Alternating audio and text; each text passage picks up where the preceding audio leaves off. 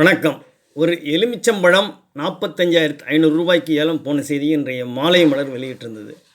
முருகன் கோவிலில் முருகன் வேல் மீது வைக்கப்பட்ட எலுமிச்சம்பழம் 45,000க்கு ஏலம் போன செய்தி என்பது ஒரு ஆச்சரியமாக இருக்கின்றது.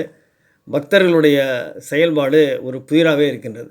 விழுப்புரம் மாவட்டம் திருவெண்ணைநல்லூரில் உள்ள ஒரு கிராமத்தில் உள்ள கோயிலில் முருகன் கோவில் வேல் மீது வைக்கப்படும் எலுமிச்சம்பழம் தினமும் சேகரிக்கப்பட்டு 9 நாள் வைக்கப்படும் எலுமிச்சம்பழம் 11 நாள் ஏலமிடப்படுகின்றது. பக்தர்கள் தங்களுடைய குழந்தையின்மை பிரச்சனை அல்லது கடன் பிரச்சனை அல்லது பொருளாதார பிரச்சனை பல்வேறு பிரச்சனை தொடர்பான கோரிக்கைகள் அடிப்படையில் போட்டி போட்டு கொண்டு ஏலம் வாங்கும் செய்தி வெளியிட்டிருக்கார்கள். என்னென்னா 45,000 கொடுத்து வாங்குவது என்பது ஒரு பொருளாதார சிக்கலை அவர்கள் ஏற்படுத்தும். ஒரு சில பேர் 15,000 16,000 மொத்தம் 1,45,000க்கு ஏலம் போயிருக்கின்றது. அரசு இது ஒரு லிமிட்டேஷன் கொண்டு வந்து ஒரு வரையை கொண்டு வந்து குறிப்பிட்ட தொகைக்கு மேல் ஏலம் விடக்கூடாது என்று கூறினால் மக்களின் பொருளாதாரம் காப்பாற்றப்படும், எளிய மக்களின் பொருளாதாரம் சேமிக்கப்படும் என்பதுதான் நம் அனைவரும் அறிய வேண்டிய ஒரு செய்தி.